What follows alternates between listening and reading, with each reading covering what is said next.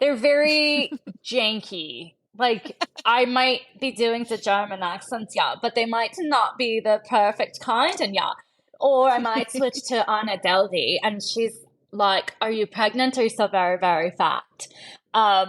So I try, and then my best friends are British, so I'll go over there and accost these poor Brits with my accent, and they're like appalled. But so sort of, but my accents are quite janky.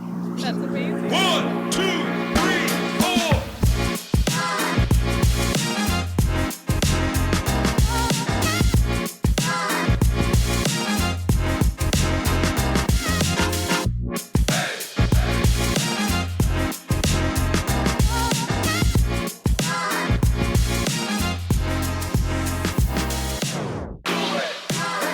What's up, everybody, and welcome to episode 73 of the On the Runs podcast. We are coming to you virtual. I am in my hotel room studio tonight, and Erika, you are in your guest bedroom studio. Yup, and I got a crazy storm going on behind me, so hopefully it doesn't disrupt anything today.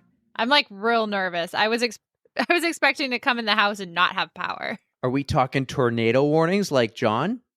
I hope not. John, he might have jinxed us. I don't know.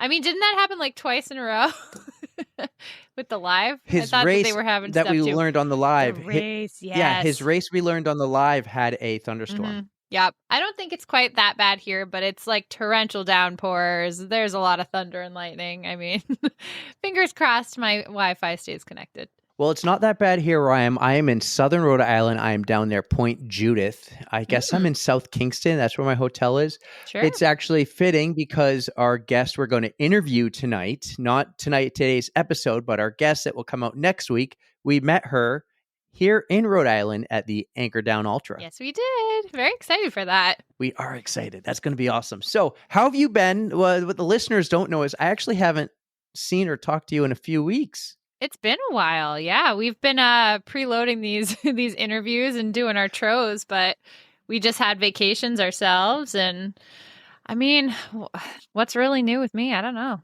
Well, with Labor Day and my camping trip, and I've been traveling for work, so we did on episode 72, we did the Tros, and we did the episode 73 Tros at the same time. So it has been a couple weeks, maybe 3. Yeah. Man, I didn't even get to talk to you about all of my racing stuff. The that Cherry Hill Farm 50K that I had. Let's talk about that at the outro. Let's do Cherry Hill 50K in the outro. Let's not forget. Yeah, write it down.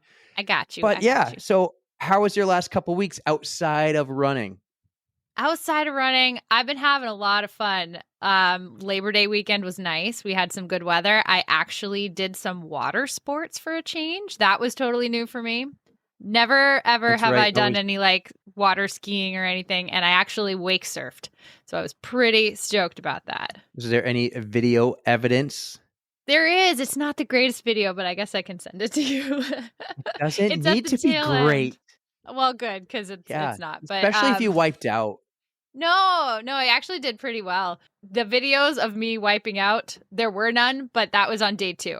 The first day I have a nice like video. There's like some cool music in the background. My friends have an awesome boat.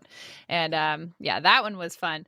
But it was the day after that 50K. Surprisingly, I was able to still use my legs and make it work. So I think that was the day I was trying to contact you, and I sent you some audio clips from another podcast, and it was like 3 to 4 hours later. And every hour I was sending you a message like, where are you? Why aren't you answering your phone? You need to listen to this. I was relaxing. I was having a grand old time. So, yeah, the phone kind of goes away at the lake, but those videos you sent were awesome.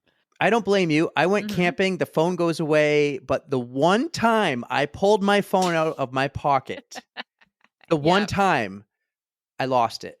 What? It is sitting in, fittingly, the Lost River.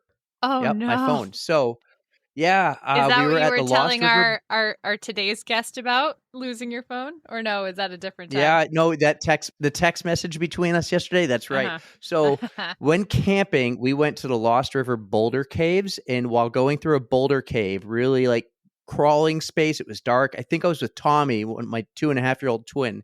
Mm-hmm. I pulled my phone out to use as a flashlight, and I had it up against a rock.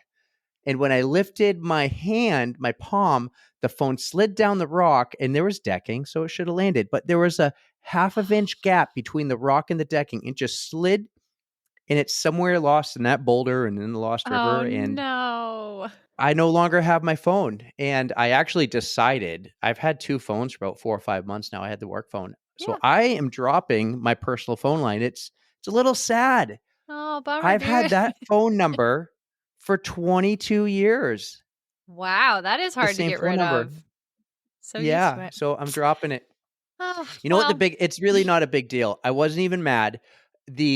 All my photos are on a cloud. I just logged into my Google account, my work phone, got all my contacts. You know what the biggest pain in the ass is? what? It is having to, when you're downloading Remember apps, like say your passwords? banking app or say Your Venmo, password? Domino's, whatever. I know the passwords. They're in here. But then they want to send you a text to confirm. And we sent a text to your phone number to confirm your identity. And I don't have that phone number anymore. I'm like, oh, man. I don't have it. I system is can't. And rigged. then you call, no, we're going to, even when you call the bank, we're going to get send you a text with your code. I don't have it. You can't. Can I give you my social security number? No, you need to tell us the code on the text. I don't have it. That's the biggest pain in the ass. It's not the contacts or the photos. Thankful for the no. cloud. But there's What the a ways bummer. around it. The way around it is through email, but you got to be on your computer. It's just easier. So, Right. but yeah, that's what happened to my phone. And I am now down to 1 phone, but we still got our chats and everything, and That's our good, group at least. chats and all the Gotta fun love stuff. it. So, hey, before we get to our guests, we need to congratulate a few people. We have a lot of people to congratulate. It was we got a big Amanda. weekend. Denise did fantastic at her race that we were talking about on the OTR Live. You know who else we didn't That's mention? right. Ashley Paulson. She was running I think it was a half that she did, and she won too. Everybody's just out there crushing it. Amanda won her marathon in Hawaii. Mm-hmm. In the full sun and heat. So Denise got 3rd in her age group. Katie Cargiulo won her marathon, or I think it was a half marathon. That's right. I'm so Jenny proud of Clark. you guys. Jenny Clark. Jenny She's Clark, cute. don't be fooled by the rocks that I got. I'm just Jenny Clark. She qualified for Boston. Oh, I'm so she did it. pumped. Do you remember when she tried to qualify for Boston about 6 months ago or back in April? She missed it by It's 10 close. seconds. She had herself Well, a she did pretty it this good time. buffer. Wasn't it like That's right. She did almost it. 2 minutes, just shy of 2? Hopefully that's enough buffer A for you, minute Jenny. 50, a full 2-minute PR. Oh, fantastic. So she qualified. I'm so pumped and proud. So pumped You know too. what? You know what the power of this pod is? Like what makes me feel good about this pod and what we're doing? Jenny messages me minutes after crossing the finish line to tell us she got a BQ. Yes. Like, Oh how my cool is that? gosh. She knows that we're rooting for her from afar. And I mean, we are as excited about it as, well, maybe not as excited, because hello, if it's you, I would be like freaking out. Right. So we are That's right. super excited for you, Jenny. And you crushed it. Oh my gosh. I saw that she she entered for Boston already. Yes. yeah, Good. it's I told open. her she's gonna get got in. it. She's got I it. can't wait. I'm gonna offer her your spare bedroom, which is your studio. She's welcome to it. Well, she's got Mary to do the says we podcast need to with get me then. Jenny back on the pod. And I'm like, yeah, we'll do it for Boston Weeks. I'm calling it Boston Weeks. The weeks leading up, it's going to be Boston Weeks every year. I can't wait. So, We got Jenny, lots I'm of so friends pumped. doing You know that. who else? Someone ran his first marathon. So congratulations, Josh. Yes. Oh, fantastic job, buddy. That was a tough day. You had all the heat, and I think it was super humid that day too. But your first marathon, you never forget it, man. Yeah, he kind of had an injury like a month ago too. It magically disappeared, but it was bugging him. It was probably in his head. So I'm glad he got it out of his head and he finished his first marathon. I heard his wife had a big major role pushing him through there a couple times, absolutely. Janine is such a wonderful cheerleader. I mean, she's so much more than that, but yeah, I love them. They're a super cool power couple. So that leads me to one more story I have to tell you that will perfectly lead us into today's guest. Go for it, man. I took the boys on the rail trail. We went to the Londonderry Rail Trail. They had the little bikes, the ones they do with like almost like a balanced bike, but it was a 3-wheel and they move with their feet. We went Sure. to the rail trail. Guess who I ran into? I don't know. Marathon runner prepping for the Chicago Marathon. A lot of our friends are. We met her on the Londonderry Rail Trail. Diane. Was it Diane? Diane. Oh Yes. my God. Yes. Oh, that's so cool. That's like her I ran spot. I've seen her a few times out there. She was doing a 20-mile run on the rail trail. She took a little bit of a break to walk with me and the boys. It was wow. awesome, actually. Yeah, she told me because she's doing Reach the Beach this weekend, so look out for her. Yes. Oh, we got to She talk that told me later in the outros. She just listened to our Reach the Beach episode, like getting pumped up for it, and she loved my dad jokes.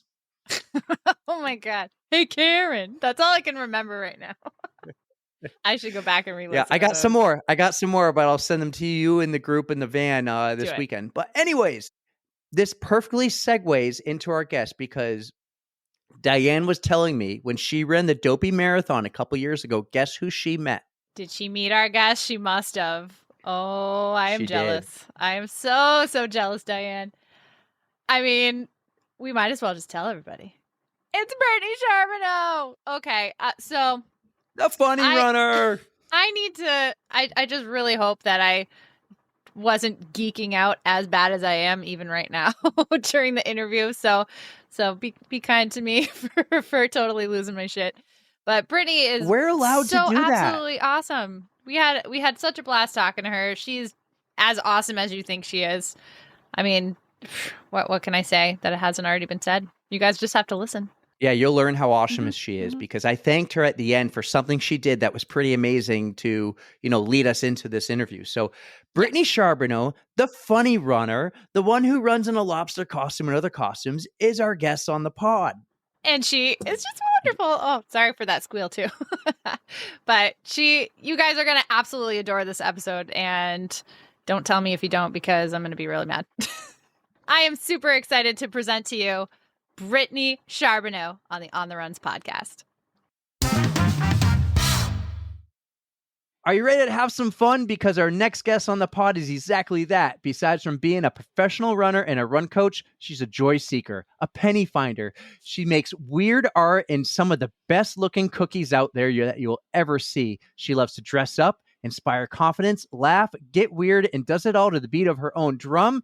Some of you might have recently seen her a couple years ago in New Hampshire running in a lobster costume. It is our pleasure to welcome the funny runner, Brittany Charboneau, to the On the Runs podcast. What's up, Brittany? Yay! Thanks for having me, guys. This is amazing, and I forgot about the lobster piece.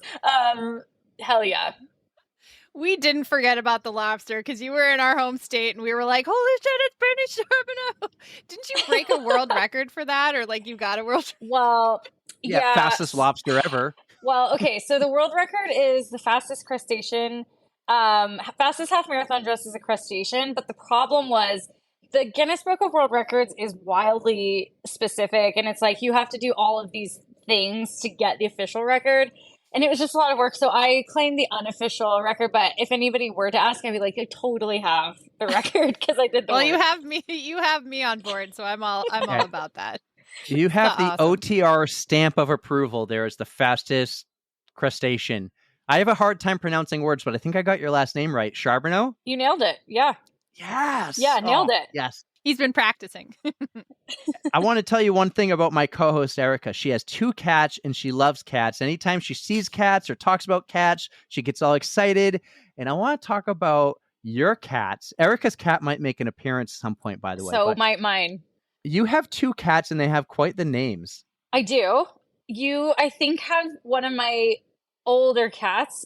So originally we got a cat and we decided it would be funny to name her a sentence. So we called her There's a Pool Party on Saturday because we thought that would be funny. And the joke was on us because she only responded to There's a Pool Party on Saturday specifically. And then she ran away. And so we were outside like for days wagging treats around shouting, There's a pool party on Saturday. There's a pool party on Saturday. And people were like, I don't know whether to laugh or not. I'm really conflicted. I know. So she's on an adventure. She's on a life adventure. So she's no longer in her house. But we had her and we were like, well, she needs a friend. So we got a second cat and people were like, well, what are you going to name this one? Like there's yoga on Thursday. And we were like, no, we're going to name him Snacks because you can't have a pool party on Saturday without snacks. So I'm going to keep going. Then, so there's a pool party on Saturday, ran away. Snacks now needed a friend. I love U.S. presidential history. So we got this little gray cat, and I was like, who's the president with gray hair that loved snacks? And it's Bill Clinton. So now we have Bill Clinton and Snacks. And he only responds to Bill Clinton. I am absolutely obsessed with this. Like, you just made my night. Like, but I knew about Bill Clinton and Snacks, but the pool party, oh my gosh. But my cat, so I have Maisie. We named her after Maisie Williams from Game of Thrones. Okay. But then I have another cat named Scooter, who we call Scooty. And me trolling your Instagram, I found out about Scooty and the Blowfish. Scooty the Blowfish! That's the name of my scooter. Yeah, I got a scooter. Oh, this is fate. This is meant to be. It really is. Oh. Yes. I'm fangirling again. There was an episode we had earlier, Brittany, and I was all like, oh my God, she's the most fun person out there. So there's an episode where I'm absolutely losing my shit. Eventually I'll reel it in today, but I'm kind of getting there. Oh, no, I'm here it's totally cool. Lose your shit. You lose it. I'm already there.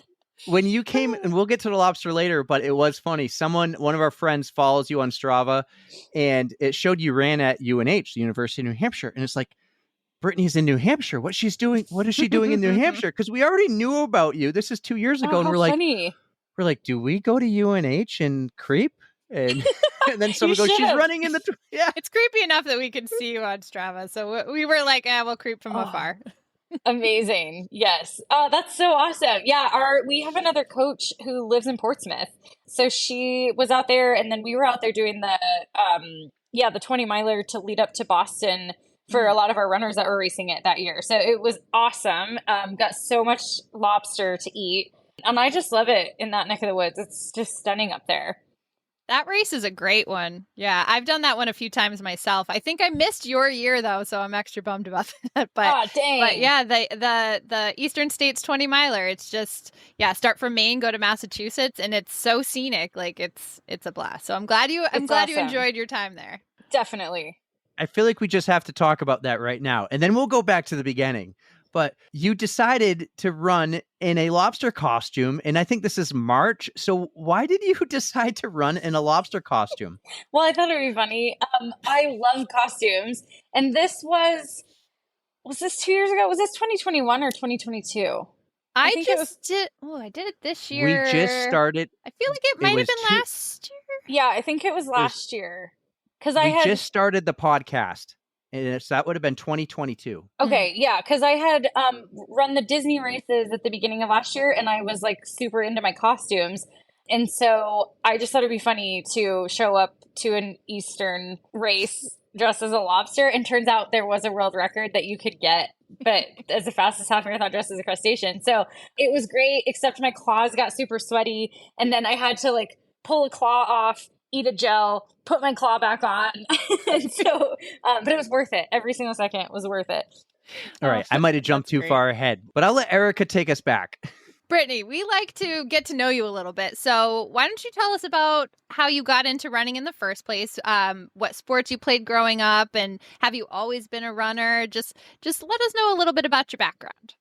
Yeah. So it's funny, we were right before we started recording, I was saying that it's really hot here, and my middle school team that I coach just started their first practice today, and that's actually where I got my start too. So that's why I coach middle school, is I have just this soft spot and love for that age, because that's where I started running track as an 8th grader, just kind of not knowing what I was doing, just jumped in because everybody else was running in a big circle, and I was like, I could do that. I'm not very coordinated. I played softball growing up, but I just wanted to stand in the back or in the outfield and eat sunflower seeds. And I would stand in the outfield, eat as many sunflower seeds as possible, and just pray that the ball wouldn't come to me, because I was like, please don't come to me. I'm afraid of the ball. So I did that. I really wanted to be an Olympic gymnast when I was younger. So I didn't actually start running until 8th grade. And then I ran through high school and college, but I was just honestly, like an average runner. Like I wasn't setting records. I wasn't winning anything. I was just having fun with it. I loved it. And I loved the people. I loved like my teammates and that whole kind of weird vibe of runners that I felt like we were really hard workers. Like it was really important to us to get good grades, but then also just like run fast and run hard for no reason. And then after college, I started to get into marathoning. And again, it was kind of just like recreational. I loved it and started to chip away at some goals. And then it kind of just started to snowball after I won a marathon in 2017 in Denver. And kind of just then started to go from there. And then now it's turned into trail and ultra and stuff like that. So it's just honestly that seed was planted at a young age. And I just had amazing coaches that I still keep up with to this day that just encouraged me to just like, you should try out for this thing called cross country. So just kind of like randomly, but I just loved it then. I love it now. So I just feel lucky that I didn't overdo it as a young adult to the point where I was burnt out by the time I got to where I'm at now. So I think that's awesome that you're paying it forward by coaching now. And I honestly, you had mentioned like it being hot and you were spraying down your athletes. I think that's going to help because you don't control the weather. So you're doing what you can. You're showing your athletes that there's a way through it and just persevere, keep going. And day one is done. Now you guys can progress. So yes, good call. Well, take me back. I want to hear about this one thing I read about you. Take me back to the backyard junior Olympics. Yeah. 1996 was the Atlanta Games. And Carrie Strug. Oh, dude. Ooh. Honestly, Carrie Strug, Shannon Miller, Amanda Borden, Dominic Mucciano, like they were my girls. And I'd never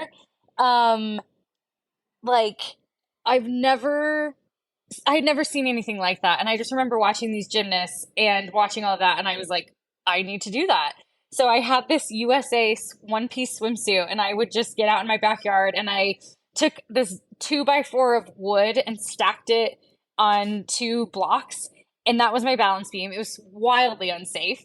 And I would like practice doing cartwheels on this. And then we had like a blue tarp that I laid out and I would do my floor exercise routine. And mind you, I could only really do cartwheels and back bends and somersaults. So my floor exercise song was Garth Brooks' Friends in Low Places, which is painfully long to watch an 8-year-old just do somersaults too. And then I was just out there practicing these backyard Olympics. And then I made them this like actual event. Like this was like a 2-summer ordeal that the neighbors, we all competed. I made medals. Like we had an opening ceremony. It was elaborate. The neighbors had to come watch. So I was just like, which is really cool because now I'm running for Team USA, and it was like, wow, like, you know, my Team USA dreams came true, just not in the way I was expecting when I was, you know, rolling around doing somersaults to Garth Brooks.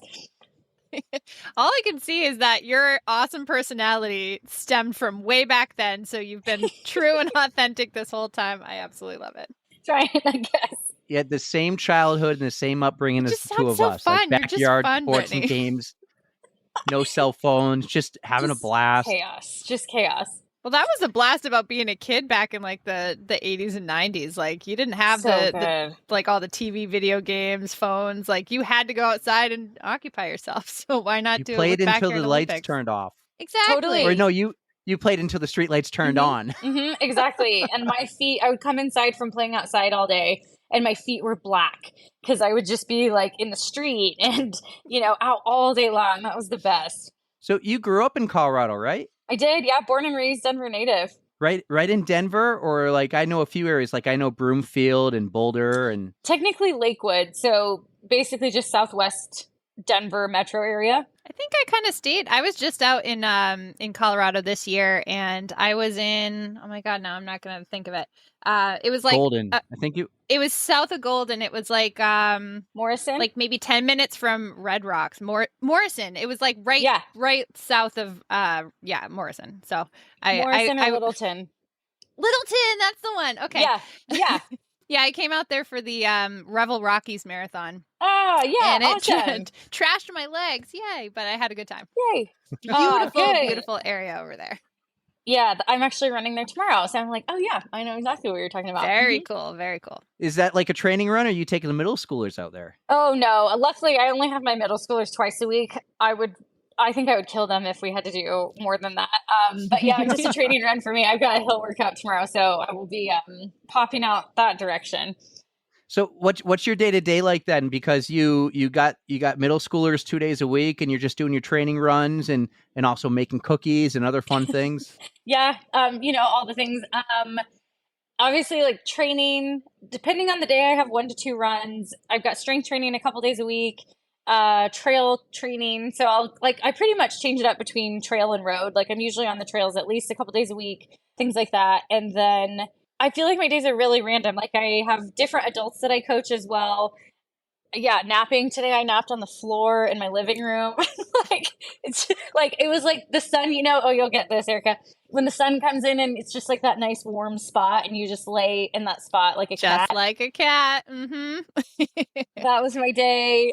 It's a lot of eating. Yeah, so it's kind of what you would imagine. And then I'm an old lady, so I go to bed like relatively early and I watch Dateline a lot. So that's me. Fantastic. What are you training for right now? So my big race coming up is in November. It's the World 50K Road Championships in India. So I've got those in November. I'm also racing the Twin Cities Marathon in October. And then next month I'm racing a 28K on the trails in Montana. So that big one that I'm training for is Worlds in November. Man, they got you traveling all over the place because just from your Instagram, we saw you were just in Alaska, you were just in Spain, and I mean, the Worlds have had you just in Thailand. Was it Thailand? Yeah. Mm-hmm. You Thailand, were Austria. Oh my gosh, it's been insane. Jet setter.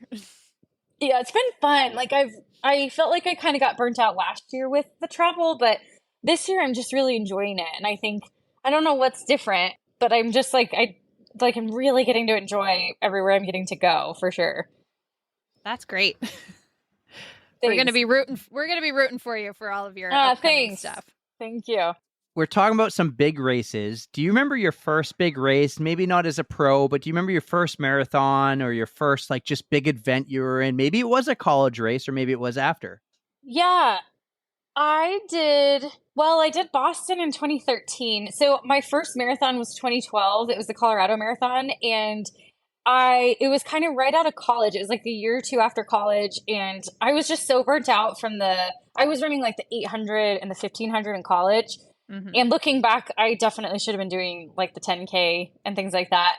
So I was like, I'm just going to do something, another challenge that's hard. And my friend and I decided to train for a marathon. So we did the Colorado Marathon and we qualified for Boston, but I didn't even know what that meant. Like, I was like, I don't know what is the Boston Marathon? I don't know what that is. Mm-hmm. So it was kind of like those couple years of early racing, certainly well before I was running pro, was just fun because it was like I just kind of didn't know what I was doing. And it feels like even a couple years ago when I started to get into trail, that was also kind of the thing. Like I don't even know what vert means. I don't know like what technical trail means. So it's kind of fun. So I kind of like to just change it up a little bit sometimes. And it's fun to be fresh and naive, in my opinion, of like sometimes changing it up where you're just like, you sometimes do better because you're like, I don't actually know what I'm doing. So you just wing it. Yeah, those I do remember. Those days, like I remember specifically training for that 2012 Colorado Marathon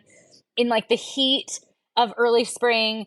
And we went out and we had no like hats. I think we brought like maybe a little water and then like one gel. And we had to like ask this lady who was watering her lawn if she could just like spray us down because we didn't know what we were doing. We had no fuel, no hydration. So it's fun. It's fun to see like how far I've come. It's all a learning experience. Totally. I still feel like I'm still learning and I've been running for a while. Oh, we all are. 100%. Yeah. Yes, absolutely. You were actually, I think you walked on in college, right? Yeah. So I partied my first 2 years of college pretty hard. Don't blame you. Well, so I was again, like I was decent in high school, but I didn't know that you could walk on. Like, I just thought you had, if you were going to compete as a collegiate athlete, I thought you had to get recruited.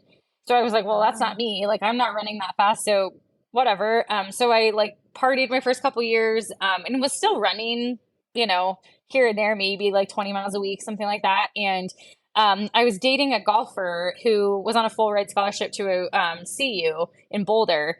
And I remember thinking, like, I was hanging out with all of those athletes. I was hanging out with the golfers and the soccer players and the track athletes. And I was just like, I want to do that. Like, I don't want to be on the sidelines watching you golf. I want to, like, I could run. And a friend of mine was on the track team, and she helped get me in touch with the coaches, and they taught me, like, you can walk on, you just don't get paid. So that was cool. My last 2 years getting to run for CSU and just being a walk-on athlete and kind of like fulfilling that dream. I'd always wanted to be a collegiate athlete, but I didn't think that I could ever do it because I just like was like, I'm not fast enough. Well, you proved him wrong. There you go. Well, sort of. I wouldn't say I did anything in college, but it was a good experience. Yeah, because you think you kind of found your stride later after college. Like, were you working a full-time job? Yeah. So I was, when I graduated college, I got my first big kid job was selling strollers. So I was selling like high-end baby gear, and I would only wear high heels because I had a complex about being short and that nobody, like, buyers wouldn't take me seriously. So I was like selling these high-end baby strollers for like years out of college, wearing high heels, this whole thing. I was running the whole time. And then I ended up getting a job at Otterbox I worked in Like New the cell Zealand phone for this case? company. Yep. And then got a job doing marketing for Otterbox, which is where my husband still works. And that's where we met. And I was doing that honestly all through my 20s. I was in sales and marketing all through my 20s and still running kind of behind the scenes. And then I was just kind of chipping away at these goals behind the scenes, you know, running on my lunch breaks and then getting up really early to run, you know, things like that. And I was just using like online training plans. I was using like Hal Higdon's training plans online and just kind of making it work with what I could while I had a full-time job. So I did that all through my 20s, and it wasn't until I quit my job to pursue running full-time when I was 29. So a lot later in life for a runner, I would say. That gives me hope. I'm 37. Yeah. No, there's It's all possible. It's all possible. What was that like, you know, quitting your job and benefits and everything to become a runner, a pro? And did you have a path already, or like, I'm just going to try this and knock on the door and see what opportunities come? Yep. I luckily I'd met my husband at Otterbox, and we decided, I was just really unhappy in my job, and I knew that I wanted to give it a crack at running professionally. Mm-hmm. But I had just won a race in Denver, my first marathon that I won. And I ran a 2:52, and I was like, great, I should quit my job, which for anybody, just that context, 2:52, I wouldn't recommend that you just quit your job for that. But I just was like, I have to do this. And my husband was like, I'm going to support you. Like, we're going to figure this out.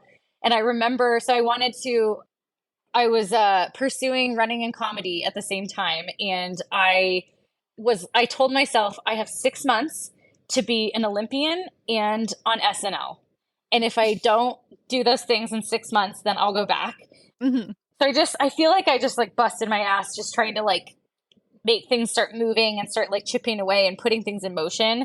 And I had met my coach at the time also. So I had that backing also. But looking back, on paper, I should not have done that. Like, that was so risky and like not really appropriate. But now looking back, I mean, it's been 6 years since I quit my job, and I'm like, that was the best thing I could have done. Like, it's been rough, and there's been rough patches, and it's been hard, and it hasn't been smooth, but man, I'm stoked that I took that leap and where I'm at today. And you were going to like a legit comedy school. Yeah, I was. How cool. So you were really pursuing your two loves. Mm-hmm. Yeah, I was living in Chicago before we got married, like a year before, and I was studying at Second City in Chicago, and graduated from their writing program and was doing improv at different theaters. And then when I came back to Denver, I was performing and teaching improv. And then I also, like a year after that, I had my own show. I had like my one-woman comedy show that was about my running. So yeah, I was really trying to like hit the ground with both passions. And I like do miss, I was telling a friend this weekend, I really miss performing. And I think like I need to get that back in my life because that's something that I just like really loved and really do miss. It's just, it is hard trying to juggle, you know, trips to Spain with rehearsals and late night comedy schedule. So hopefully maybe next year I can kind of start peppering that in again. How cool. I applaud you for taking the leap because it takes you. a lot of guts to do that. And it has worked out, at least the running part. I'm very happy to see that. Thank you. I'm grateful to my husband. Like it wouldn't have happened without him and without him being like, yeah, we can totally make this work. So yeah. He has a nickname too, right? The Jusband, because his name is Justin and he's my husband. So he's lovingly known as the Jusband. I have to say, every time I hear that, I think of like there was a random clip and it had something to do with like GIFs versus GIFs, and there's a guy who's like, "You don't just call it the Jaudians of the Galaxy," and like, and whenever I see like the Javelina 100, I always say it like the Javelina 100. I'm Me like, too. It's just how my brain works.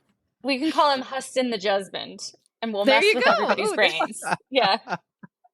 I'm totally on board, though. That's fantastic. We got to get into this funny runner business. I'm so excited. So you had mentioned before that you are really into running with costumes, and I'm just so interested in finding out how the funny runner started. So go ahead and tell us about that. Yep. So, like I mentioned, sales and marketing background. So when I quit, I remember thinking, and like right before I quit my job, I was like, well, if anybody asks me what my job is, I need to give them my elevator pitch. And if I am like, well, I'm kind of this person who runs, and then I'm also kind of pursuing comedy, but it's not stand-up comedy. It's like sketch comedy and improv comedy. I was like, nope, I need something quick. I need something like catchy. And I also felt like I needed to legitimize myself of like, this is a real thing, because to my knowledge, nobody was doing what I was doing and nobody was pursuing these two things. So I invented the Funny Runner. And I made myself a logo. My license plates say Funny Runner. Like it's a little bit ridiculous, but it was kind of just like originally it was because I was like, I want to be comedy. I want to do comedy and run, and now it's just turned into like, oh, that can mean whatever I want. Like it doesn't mean I have to be actively doing comedy. I can like wear costumes. That's funny, or like just do anything that kind of brings me joy or like sparks laughter or things like that. So that's kind of where it's evolved to, but it was just because I invented this to have some legitimacy. I have to say, out of the costumes I've seen of yours, besides the lobster, which was fantastic, is Abraham Lincoln. Like how you would actually go around, like you had the full facial hair and beard and stuff. That shit's itchy. Yeah. Give me credit. Yeah. And that hat does not stay on well.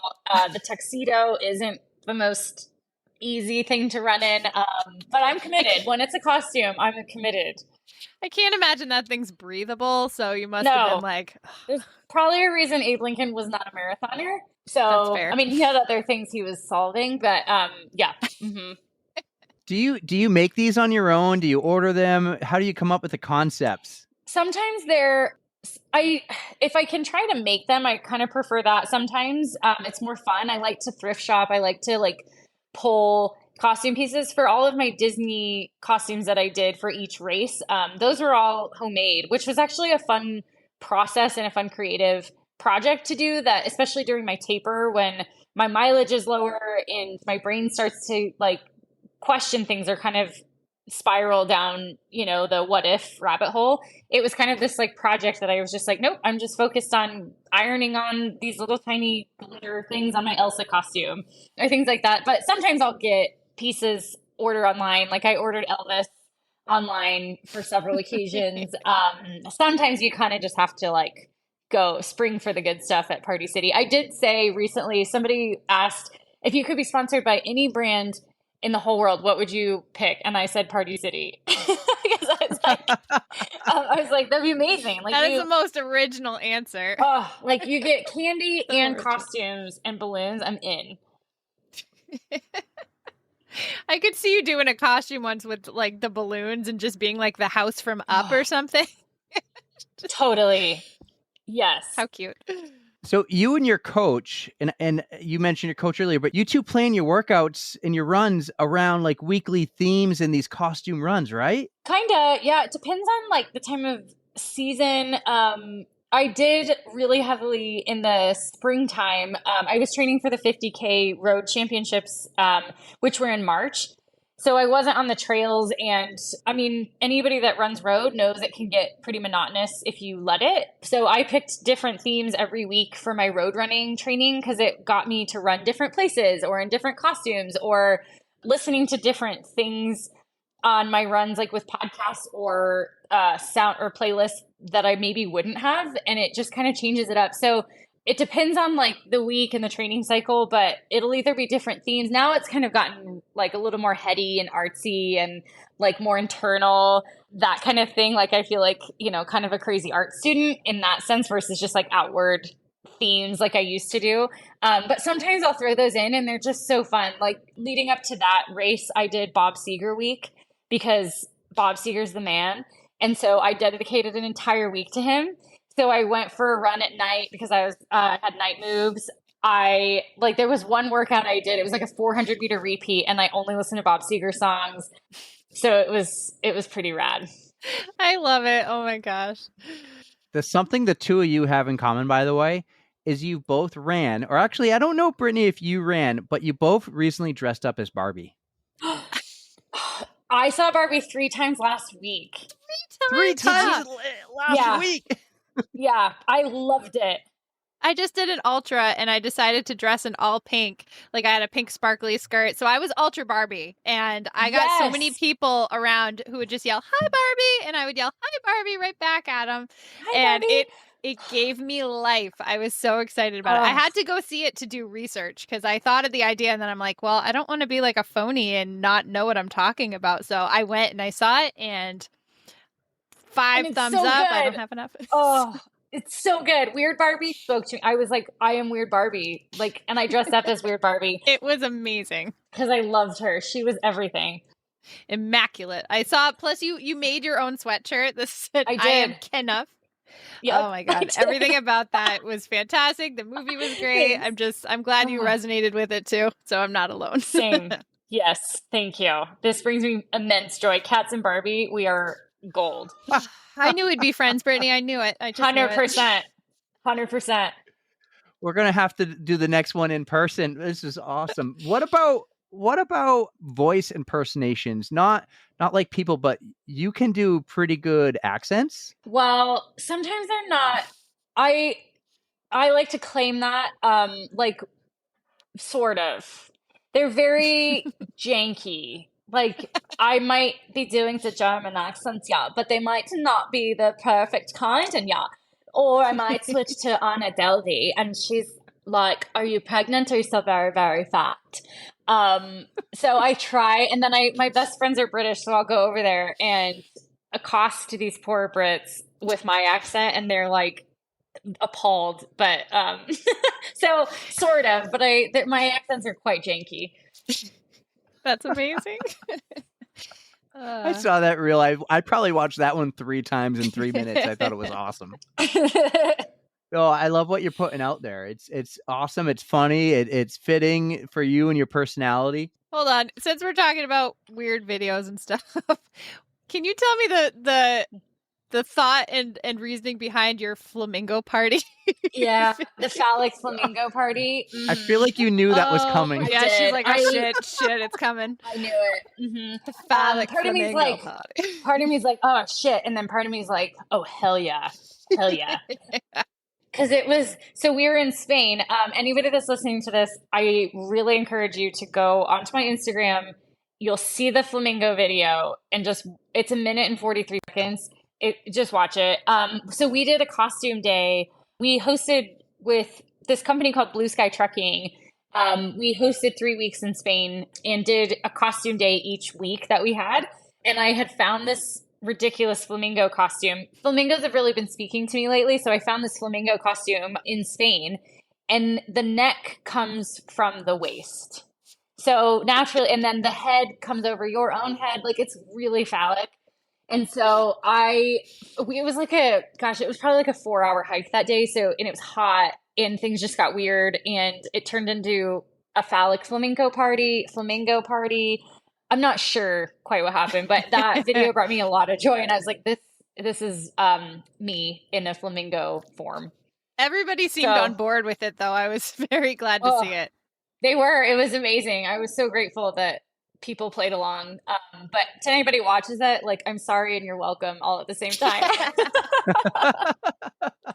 I have to say I watched it a couple of times because the first time I was like, what is happening? And then I was kind of like, this is fun. If you want even weirder, I don't know if you happen to have seen my presidential first lady's rap. That's also I'm not a great sure. one. I will have to dig. That's on my YouTube page. You can YouTube it. It's also ridiculous. My husband was away for a weekend, and that was what happened. I was in 48 different costumes in my own room, my own like costume room. Did this presidential first lady's rap. Like, it was, I don't know. So I have not seen it yet, but the effort I imagine that went behind that is immense. 48 different costumes. So I'll give you a round of applause for that. Brittany, oh my God. So all those awesome costumes that you made, you talked about making an Elsa costume. Those all went towards your 2022 Dopey Challenge. So tell everybody about that. We know the outcome. I fangirled about it. I mean, if our fans listened, they know what happened, but I want to hear it from you. Thanks. I think it's episode 7, by the way. 6, actually. Really? I think we amazing. talked about it with Denise. So I think it was a long time ago. Yeah, very early for us. Back when we were so fresh, Brittany, we had one microphone sitting around a table. We didn't even edit. We were that early. Yeah. My stuff's not edited. I fully support it.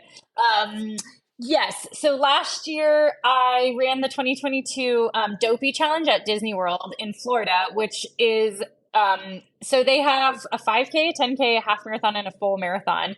And if you run all 4, it's called the Dopey Challenge because it's pretty dopey to run 48.6 miles in 4 days. And I had just come off of an injury and a DNF at the Boston Marathon that fall because it was COVID time. So I had started the Boston Marathon and had to DNF. And I was just like, I just don't want my season to end like that. I was putting a lot of pressure on myself because I was racing elite at the Boston Marathon. And I was like, I don't want this to be the end of this story and the end of this training cycle. So I got with my coach and I was like, asked, kind of just her thoughts on what do you think about running Dopey? Because I'd run at Disney before and loved it. Those were my people. And it was just like joyful. And the Dopey Challenge was going to be something like a new challenge. So I ran all 4 days in a row. So it's, you get up at 3 a.m., you race at 5 a.m. every single morning for 4 days in a row. You run a 5K, 10K, half marathon, and full marathon. I was in costume for each of the days as different characters, and I ended up winning all of them. And I was the first person to do that. So the Dopey Sweep. Dopey Sweep. So it was just really special. Like, that is just something that, like, I have a tattoo from it because I was going to ask those you were all my about it. costumes. It's so cool. Yeah, those are all my costumes that I did because it just was so special. And it was just a reminder that cool things can happen. You can do big shit. It can be different if you're just tapping into your authenticity. And that for me was just like so authentic. But I hadn't gone into those races with the intention of winning because I was just like, I just want to like be in my happy place. I want to run in costume. And I knew that that was obviously a possibility, but I was like, I don't want to show up here with the expectation that I like am going to or have to win. So it all just kind of came together. It was honestly, like, cliche as it sounds, super magical. And I just like, that's still just like career highlight for sure. I think that's the coolest thing. What were your days like? Because like you said, 3 a.m. wake up call, 5 a.m. race. What were you doing after the race for recovery? Were you just like going back and jumping in compression boots and relaxing? Or were you going in the parks and checking out Mickey Mouse and Minnie and going on the rides and everything? What were you doing? Well, I was at Disney. I wasn't going to just like hang around. Yes, absolutely. That's what we wanted agree. to hear. Yeah. So one of the days I had gone to, one of our friends is the one of the like main guys that run Disney. So he took us around to all of the resorts. So we got to like tour all the resorts, which was really cool. We got a Dole Whip there, so that was fun. Went to their house for lunch another day. yeah, kind of just like cruised around. We didn't do any of the parks on any of the race days or after the races until the day after. We got a VIP tour the day after the marathon. So that was cool. That was when we did like all the park stuff after. But yeah, we just like cruised around and like did stuff. I think maybe after the half marathon, I was a little more low key just before the marathon day. But yeah, I was too excited because I was at Disney. I don't blame you. Favorite Disney park? What's your favorite park? Well, And or ride? Epcot's rad because of the margaritas. Epcot is rad. But, Around the world. Oh man, that I do enjoy. But I think the ride, it's the Avatar ride. Oh, really? Oh, Which I one? loved it. Yeah, the one where it was cool. you're sitting on like a crotch rocket and the thing's breathing. Yes, no, it was epic. It was so cool. Here's my only thing about it. I waited for 3 hours and I was like, I don't know if I'd wait 3 hours again for that. I had a VIP tour. So, oh my god! So we didn't have to wait. Nice in line. flex. So that's probably why I liked it. I know. I'm sorry. That was so bougie. No, Yeah. you're good. That wasn't there when I went. Yeah, that was not even there yet. The Avatar world was so cool, but I would even say the better ride at Animal Kingdom was the roller coaster, the Everest ride, only because I had no line. Maybe that's a great one. Actually, my favorite of all time is Tower of Terror. I'll ride that thing over and over and over. I love Tower of Terror. You should see the photo. If I find this when I'm editing, I'll be like, oh, I got to send Brittany the photo. I'm going to DM you a photo of me and my daughter on that ride. It was a whole story. We waited in line to go on that ride. It broke. So then on our last day, I did like a speed pass for it. And we went back to just MGM. I call it MGM. That's how old I am. It's now Hollywood Studios, Yeah. right? And we go there to get on the ride and it's broken down again. And we waited until the last minute and it finally opened with like 15 minutes to go in the park. And we got on and the picture is just, I mean, talk about my daughter one time being like so excited and just holding on to me and so scared. Oh, amazing. You have to find this photo. Yes, I'm going to send it your way. And the Tower of Terror, you'll love this, was lit up as a gingerbread house. Oh, Cute. that's amazing. Because it was Christmas time. Oh, I love that. I mean, Disney does things right. They just hit it. I think my favorite ride, Erika, and it has nothing to do with that I am in love with Gamora right now, but it was Guardians of the Galaxy. That one's cool. I went on that ride without even seeing the Guardians of the Galaxy movie, and I'm like, that ride was awesome. I mean, Guardians of the Galaxy. Yes. Yes. Thank you very much. But these rides were not around the last time I went. So I did Dopey back in 2017. That was like one of my first like big adventures kind of into like longer distance running. And I went with my sister. We had an absolute blast. We did like 2 full days of Disney in the middle of the races, and we did like a Harry Potter like Universal excursion, and I mean those weren't around, the Avatar and the Guardians. But my favorite is the Aerosmith ride. That just like rockets you through and rock and roller coaster or whatever. Yep. Yep. That's solid. the only ride she wasn't tall enough to go on. Oh, bummer. Oh. Yeah, she missed it by like 2. I think it's because it goes upside down. She had to be an extra 2 inches taller, and I don't know, maybe she was 44, she had to be 46. She was able to do everything but that ride, which Aerosmith, I love, the greatest rock band of all time, and they're from, anyone want to take a guess where they're from? New Hampshire. New Hampshire. Are they? Yep. Oh, I didn't know that. That's amazing. Yep. They even recorded some of their albums up here on Lake Sunapee. So that's cool. yeah. Yeah. Everyone thinks they're from Boston because that's where they bought a tiny little apartment and played in the apartment, and they're the bad boys of Boston. So it's just a whole New England vibe, but they're from here. I've seen them a few times. Awesome band and amazing ride. So. Amazing. Well, you'll have to, so then have you been on it? Yes. Well, Okay. It's been about 20 years. It still holds up. Yeah. We might be going back in a few months to go to Mickey's Not So Scary Halloween party. Just me and my daughter, just for like 3 days. She doesn't know. So we might be going back. We're either going to do it this year or next year, but cool. maybe she'll be tall enough by then. I hope Hopefully. so. Yeah, that would be She's it. 7 now, right? So they grow pretty fast at that point. Yeah. Yeah. Yeah. Gonna just good. put her on some thicker, some shoes with more Platform. rubber Get her on the some bottom. UFOs. Yeah. Get her UFOs. Ooh. We'll get her some Or just UFOs. some, That Yeah. or shit's just some like bam. Hokas. Yeah. That Yeah. too. No free be ads, UFOs, but we love you. Fantastic. You have this thing, so many things bring you joy, whether it is art or cookies or presidents like Abe Lincoln, and Abe happens to be on the penny. He does. You love pennies. Where did this penny obsession come from? Oh, are you pulling out a penny I'm right not now? kidding. There's one in my pocket. I found it. I got it. Yeah, I had that. I found it during middle school coaching. I love pennies. Yeah, I don't know. I mean, I remember finding pennies when I was younger, but then once I started running, it was kind of always my thing. And it just is like, so I didn't really race this summer. I just kind of played and ran whatever I felt like.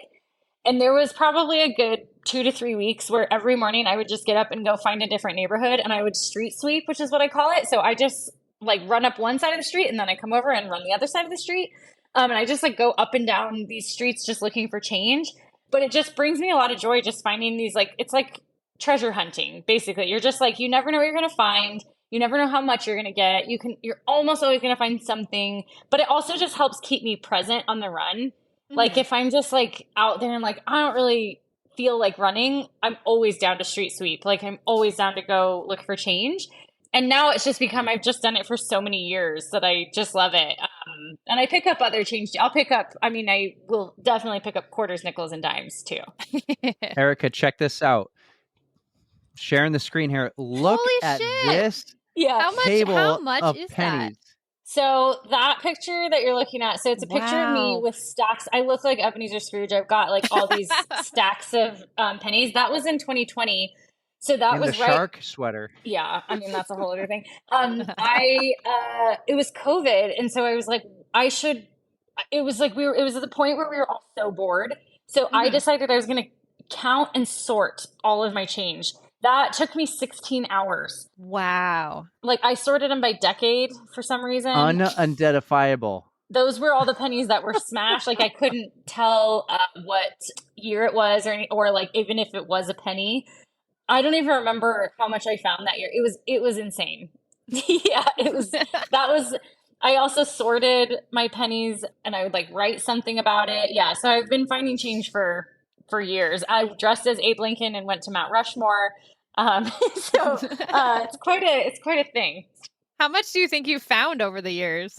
So I do count my change every year. I count my running change every year, and I don't count it until the end of the year because I do it on January 1st because it brings me a lot of joy to see how much I found. And I like to prove to people when they say that pennies don't add up or you don't make very much money as a runner. I like to stick it to them by being like, I made $58 last year, sucker. Right. Which then one year I was stoked to tell everybody how much I made, but it was only $37. And so I was it sounded really dismal. But so the next year I tallied every single penny, nickel, dime. And because I wanted to show I found 7,000 pennies. It was something absurd Wow. to show how much work I was putting in. Seriously. Do you do anything special with the money that you make from the running? Now street sweeping. Yeah, now with my street sweeping money, I invest it in Robinhood, which is an app. It's a stock app because I like to now think my running change is working for me. So I invest in companies that I like.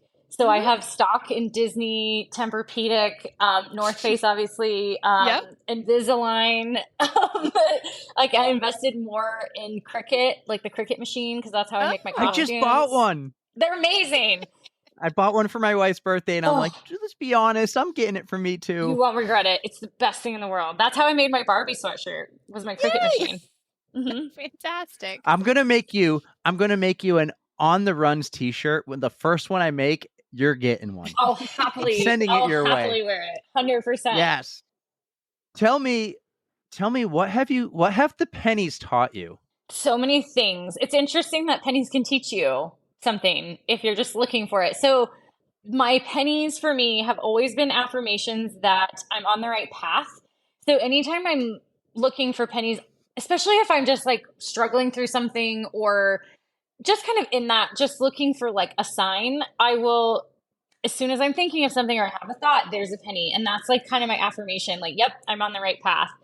And for me, they're also just like symbols. So I sort them into jars. I have this little Abe Lincoln bobblehead that sits next to these jars that I'm watching. Like, it's really, really fun for me to watch these pennies grow over the year because it's like proof. Like, yes, little things do add up, even when you think that they don't. These little tiny decisions, these little tiny pieces of progress really do add up. And here's proof. So that's kind of what I like about it. And also, like, you can find joy in just the simplicity. Like, it doesn't have to be complicated. It doesn't have to be anything over the top. It's just those little pieces. Oh my gosh, we have 2 new guests. Yay! That's Bill Clinton, and then over by the window. Yes. I love it. Yeah, I shut the door. Mine aren't going to make an appearance, but I'm glad yours did. Detour. Sorry. I love the lessons behind it because you're right. It does show you like little things add up and not to give up, just to keep going on your path and things will work out. So yeah, in our show notes, I was laughing. He goes, can you read these over and just see if these look okay? And I'm reading and he has under here, pennies are like opportunities, but he had a typo. Sometimes he does. But it said pennies are like opportunitits. And I had to be like, pennies are like opportunitits. I'm like, you may want to check the spelling on that one. Because I didn't know he got it from like your website. And I was like, is that a typo or not a typo? Oh, I hope that's on my website. If it is, I'm leaving it 100%. I have a feeling it was him. So I don't. Oh, it was totally me. But I thought it was great.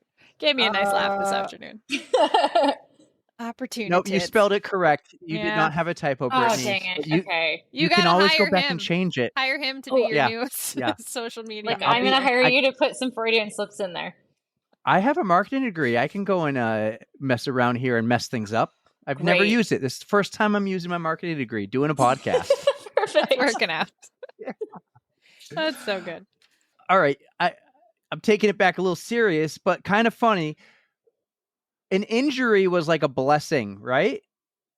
How did an injury turn into a blessing for you? There've been a few times that injuries have been a blessing. It's funny that you're bringing that up now because I feel like I'll get to it. So I've had always, I obviously am, and I'm sure runners can relate to this. When I get latched onto something, I go full throttle, sometimes too much. And I don't listen to the whispers until I hit a brick wall. And my first actual big injury was in 2014 when I was selling strollers. I was wearing high heels so much, like I said, that I was running a lot. I was only wearing high heels and I was just like not taking care of myself. I really wasn't eating very well. And I had a stress fracture in my pelvis because of all of that. Oh my God. So and I was living in New Zealand at the time. And that was like my first really big injury that for me was like, you got to take care of running. Like, you got to take care of your body if you're going to really keep running in your life. And so I started working on strength training back then because it was just, and like, I was like, I can't lose running again. Like, I love it too much. I don't want to do this. So that was in 2014, 2018 or 2019, something like that. Doesn't matter. I had a back injury, like an SI joint injury, and I had gone to the London Marathon to compete, and my coach and I decided the night before that I had to pull out because I just I could hardly walk, so I couldn't run the London Marathon. And that's where these themes were born, was because I was like working so hard, I was pushing so hard and this was early in my career, to be this like professional runner that I thought I should be and had to be. And I was like, I'm not having fun.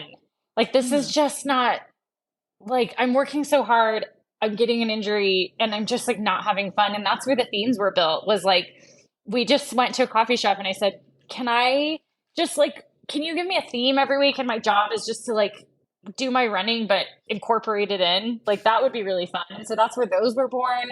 Like I mentioned before, when I got injured for Boston, I got hit by I collided with an off-leash husky 10 days before the Boston Marathon. I was doing a speed workout at my park, this local park that I do like all my speed workouts in. And this off-leash husky, as I was going full throttle, he was going full throttle, and we collided. And I like flipped up into the air and got like messed up my back, got a concussion, and was still kind of messed up from the Boston Marathon. That's why I had a DNF, and then there came Dopey. And now after, it's so funny that you're bringing this up, because I'm starting week 2 for this World's training for India. And in June, I competed for the World Trail team in Austria, and I had to DNF at mile 22. And it was this big dramatic thing. I got airlifted off the mountain. Like, I got this like huge medical bill that was addressed to Brittany Charboneau from Austria. Like, it was like so ridiculous. But now, like, I'm looking at that and like, I wasn't injured, but I do think I kind of had a mental injury in the sense of like, I pushed so hard. I kind of know my limits physically, but then I think mentally I was pushing really hard. And that's kind of what I'm trying to protect this season, is my mental side of things. And I think like that that's just as important. And I think like I'm kind of pulling back on putting that pressure. So I don't know what's going to creatively come from that, but I know that this season coming off of Austria will have some sort of difference or change or something, because I've proven that before. And that's like kind of almost what I need, unfortunately, is like some of these like brick walls to get me back on my like, nope, like keep looking for your pennies, keep doing your thing. So that's kind of where I'm at right now. So we'll see what, I mean, maybe the flamingo is already kind of like the absurdity. Like, I'm letting myself get weird. Stay weird. Thanks. But that kind of brings us into some of your art, because I saw that you will use art kind of as like a coping not a coping mechanism, but just like something to help you decompress and help something that brings you joy. Yeah, totally. Yeah. It does all those things. And I've really leaned into that, maybe over the last year, especially. So I do digital collage. I call it Frankenstein art, because basically I just piece together images that I find like from the internet, and I piece them together, I Photoshop them together to make weird things. But it brings me joy. Sometimes I do art to capture, like to recap my week. Sometimes I do other, like I'll pick like, I wonder what Dolly Parton would look like if she was running, or I wonder what I would look like if I was Bob Seger. Just all kinds of different things that either express how I'm feeling or just are like funny and weird and just bring me joy. Just kind of anything like that. Oh man, these are some old images. I've gotten really good at my art. Who's this guy here? I'm sharing the screen. This is a new thing I'm learning on podcasting. Who's this guy here in the mountains looking over you? Is that John Denver? That's John Denver. Oh, that was a random guess, but I don't want to get up real close to my phone, because then that's all you'll see is my face like zoomed in. But that was a good guess. So those are the Maroon Bells in Colorado, and I set the fastest known time on this like famous loop there. And John Denver was like, he loved Aspen, he loved Colorado, but he was not actually from Denver or Colorado, but he loved it so much he called himself that. So I liked to think that he was peeking over the mountains looking at me. That's amazing. Yeah. Is that where he got his inspiration for? He does Rocky Mountain High, right? He does. And he does Country Roads. I mean, he's got some bangers. Yeah. The Rock and Oprah. I like that. The Rock and Oprah. This one though might be my favorite. Too Fast to Be Food. So that's a mountain lion who is a state trooper.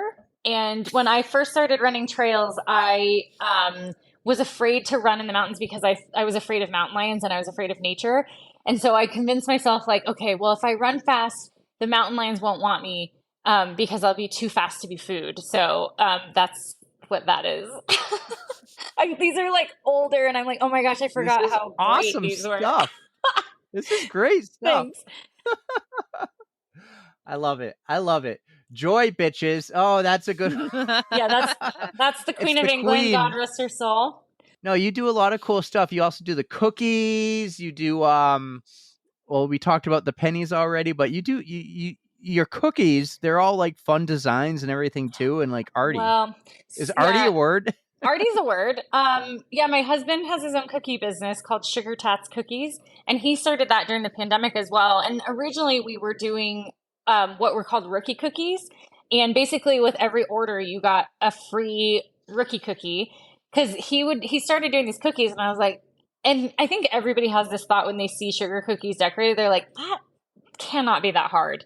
And you try it and it's devastatingly hard.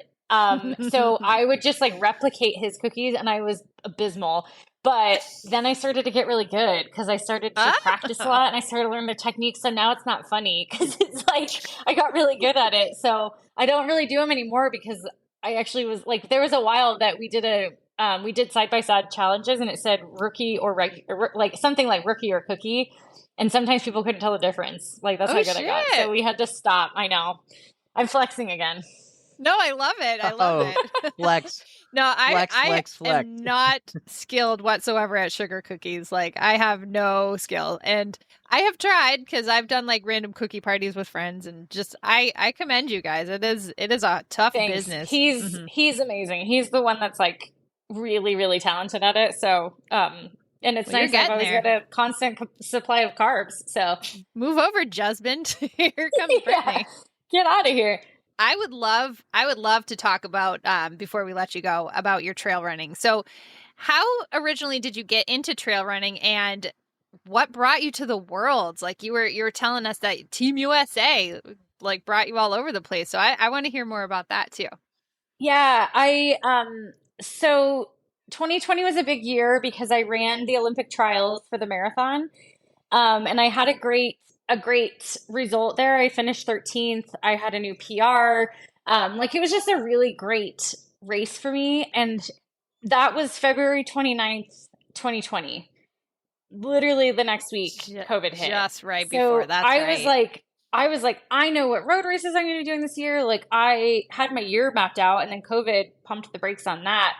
And got it right out. So, I was like, well, I still want to like keep my fitness up. I want to like try different goals. So I worked on, for like 6 weeks, I practiced my 1 mile. I had a goal to, ever since I was like in high school, college, I always wanted to break 5 minutes in the mile. And so I did that for 6 weeks and like ran a fast mile. And then, I had kind of dabbled in trail before, but there were now these things called, FKTs, or fastest known times. And I, of course, again, this naive side, I was like, I don't know what that is. Like, what's the Boston Marathon? What's an FKT? And the Maroon Bells, there's that. So it's a 27-mile loop across these 4 mountain passes that John Denver looks over. And I was like, well, I'll go for that. Like, so I kind of just started setting these records on the trails, not really knowing, like, I don't know, like, I'm just running, like, I don't know. And really started to love it. And the trail community, if no one has done a trail race, like stop everything you're doing and sign up for a trail race. The trail community is everything. Like it's as dirtbaggy and lovely and welcoming as you'd expect. And everyone is just like, it's just so much less pressure in a sense. Like I certainly built pressure up for Worlds, but it's just, I mean, you can't go by time. Like there's no reason to check splits. Like the mountain dictates the effort. So I just started to get into that world and I felt really welcomed. I really loved it. I enjoyed it. It was good for me mentally to let go of training by splits and all of those things that I was accustomed to on the roads. So just kind of started from there, and then just had a good rest of the year in 2020, and then ended up getting picked up by North Face. So I've been with them for the past 3 years. Sorry, Bill Clinton is not scratching. Bill Clinton! He's scratching everything. Oh. That's why I kick my cat out of the room, because Maisie has claws and like this desk is destroyed. So I get it. Maisie also likes to show her ass. So Scooter already did her. Loves that. That's amazing. So I've just been in that now. So to interrupt you for a sec, the that FKT of the bells, was that your first ultra that you tried, or were there other races that, like, something else that brought you into the ultra world? I guess that would classify as a first ultra. I never thought about that, actually. Like, I guess that does Technically. Yeah, I guess so. Then yeah, because then I did a 50K the next spring, and that was on trail. So that was like officially into the ultra scene. But yeah, I guess that would qualify as that. That's exciting. But you like the ultra distance now because I see you do a lot of like, well, you just had like an excellent 50 miler like not too long ago. And by the way, I saw your feet and Oh, my hideous. feet look just like that. I'm missing toenails and they're gross. Oh, It makes yeah. me feel better that I'm not alone. I do like, so last year I did my first 50 miler, and then I qualified for the 50-mile team for the World Championships in Thailand last fall. I wouldn't say that 50 milers are my jam. Like I definitely am probably steering clear of those for a while, but I'm back on like 50Ks, marathons, especially on trail. I really, really love that distance, but I think I didn't love the training for 50s, so I think I'm going to just stay a little bit lower in distance for now. It's a lot to do that kind of shit. Yeah. Yeah. You're not looking for that picture, are you, Eric? I was. If you I scroll, was. You caught me. if you scroll through my Instagram, you'll find toenails that have pig ears on them because it says this little piggy went to Thailand or something. It's like, it's bad. Viewer beware. Uh-huh. I won't waste the time, but I believe you.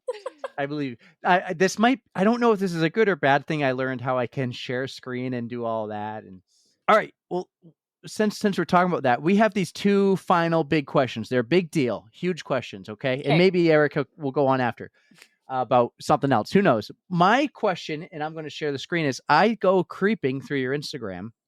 And I try to find a photo, and I want to hear the story behind the photo. I didn't creep too far in yours, and I'll be honest, this one, it actually tricked me because when I showed it to Erika, she goes, "Oh, I think she's in one of those sideway rooms."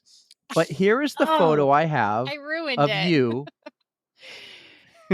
I really thought you were like jumping up funny and landing on that bed. And the caption is talking about rest days, but I wanted to hear about this photo. And yeah, Erika kind of ruined it because I realized it's one of those sideway rooms. But tell me about maybe a little bit of the caption and the day and where you are and what you're doing. Yep. So in this picture, it looks like I'm 5 feet above a bed, like jumping onto the bed, like full belly flop onto the bed. And it was actually the Denver Selfie Museum. And the whole point of this whole like museum is to go take a bunch of pictures for social media. So the picture itself, the bed was actually standing upright against the wall and I was just jumping on the ground. And then we just turned the photo. So we just edited the photo sideways. But so there's like slippers on the ground. The slippers were actually stuck up against the wall to make it to look like that. If I was thinking with my head straight, I would have noticed the outlet on the wall right there. Oh, yeah. Oh, I didn't even notice that. And this was, the husband and I this was like a day date for us during one of my rest days. We went to the Denver Selfie Museum and just like dicked around there. So it was fun. Yeah, you're talking about how important rest days are and how you try to be creative with your rest days. I love that. I would do it. That'll do it. So I didn't find anything, too creepy. I didn't creep too far, but your Instagram is filled with way too far. I outdid you. That brings me joy. I think part of maybe what we should add to our identity, Erika, is yeah, we're fun and everything, but we fanboy and fangirl a little bit too about, with our guests because we love you guys so much. You guys are awesome. You guys and girls. I love this. All right. So before I get to my big question, I think we glazed over this, Eric. So we love stories that involve, we call them code browns. And it's basically just any can be like a good story that like something really bad happened. You could have shit yourself on the trail. We want to see if you have any code brown stories to share. Yeah, it could be like running into a mountain lion. Like, oh shit, that's a code brown. Oh shit moments. Like, yep. Okay. Putting you on the spot. I'm going to just tell you this one because this is what came to mind. And I feel like y'all are my audience for this one. When I lived in Chicago, my cousin and I lived together and I needed to go for a run. But I was like, sure, I'll join you at this bar and have it was like a KU game or some basketball game, doesn't matter. So we're at this bar, and I ended up getting a little too drunk. And then I was like, I still would like to go for a run. And I went for a run, and I had the booze poos so bad, but it was winter. So I was like drunk running like on a run.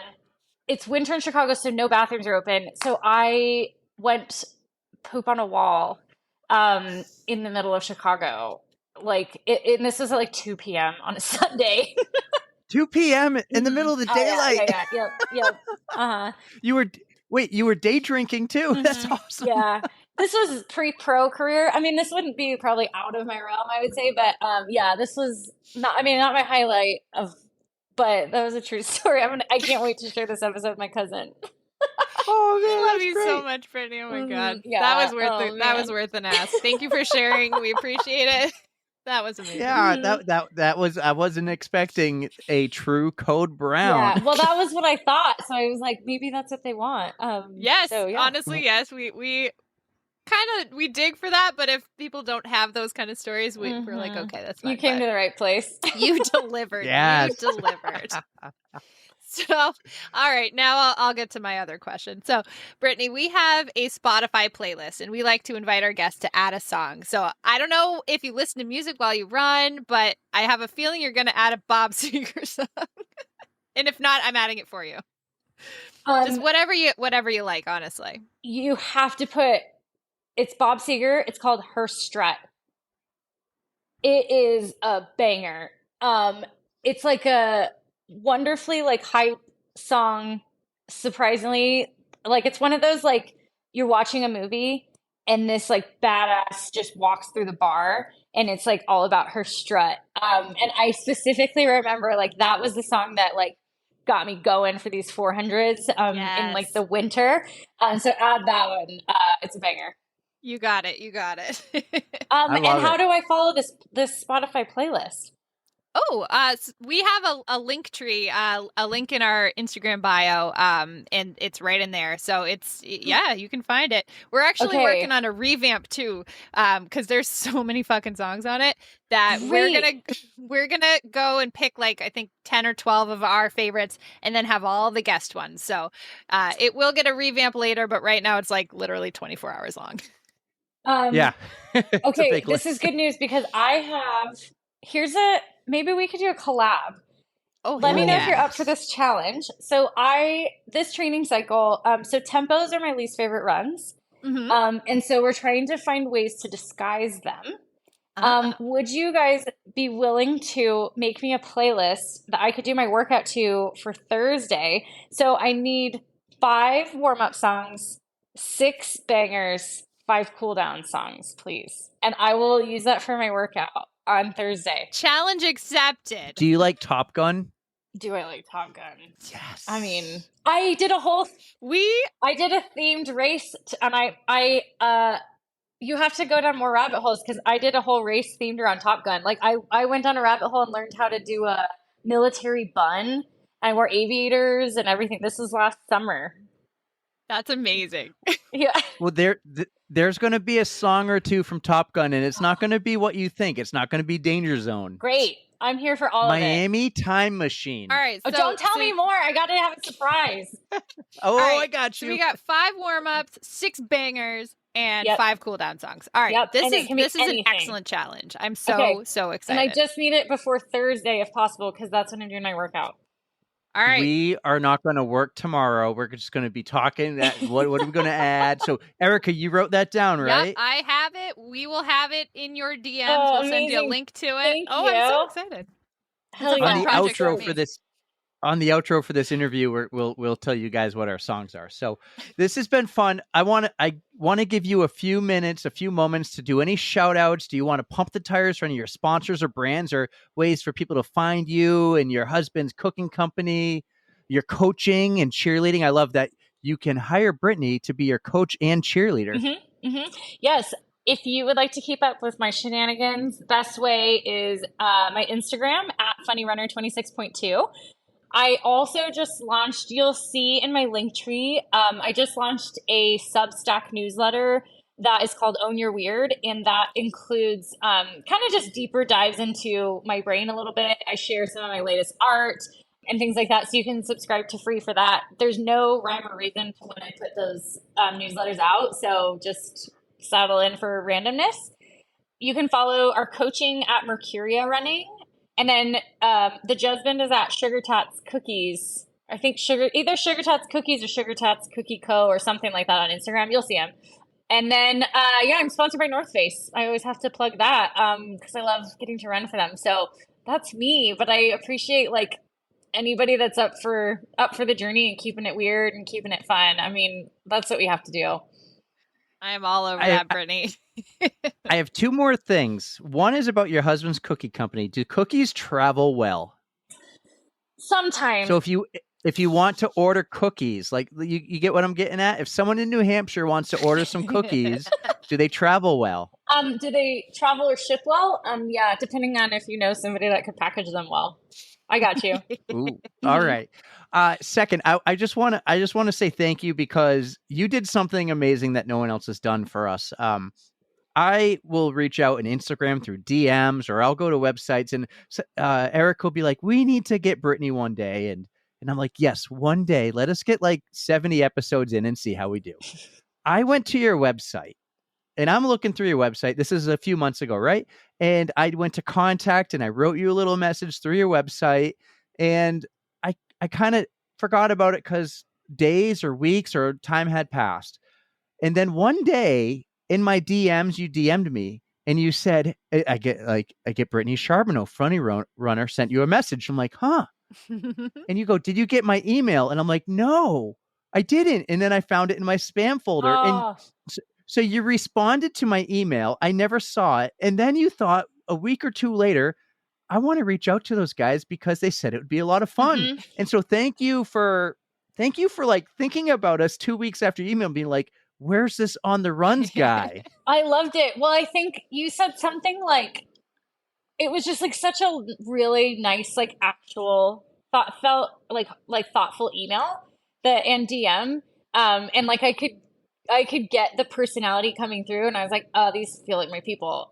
So I appreciate it because I was like, I've done that to different artists or runners or things like that I'm like, I don't know if they're going to get this. And then there's a podcast I listen to, Stuff You Should Know. And they wrote me back. Like one time I'd just written an email and they wrote me back. And I was like, oh, that was like really cool. So I try to respond back. But if you have not gotten a DM response from me, send me an email or send me another DM or something because I'm also flaky. So, I'm sure you're busy too. I'm a little busy. Yeah. But no, Traveling I the world. appreciated being on. Like I appreciate all the like questions and research and just fun. Like you delivered. You said it would be fun, and that's why I said it. Come on, and you delivered. Yeah. I try to tell people it's that vibe of like hanging around a campfire or at a bar or the beach with a couple drinks, getting to know each other. And yeah, we might fangirl a little bit, but I think it's deserved because you guys are awesome. Oh, thanks. Well, I appreciate everything. I'm real stoked for my playlist for my workout. I can't wait to shout y'all out. But yeah, I just appreciate what you guys are doing. It's really fun. Brittany, this means so much to us that you spent so much time. This has almost been an hour and a half. So thank you very, very, very much from the bottom of our hearts for spending so much time with us. And like, you were just so cool. I mean, people meet your heroes. Like, this is so cool for us. So just keep being weird.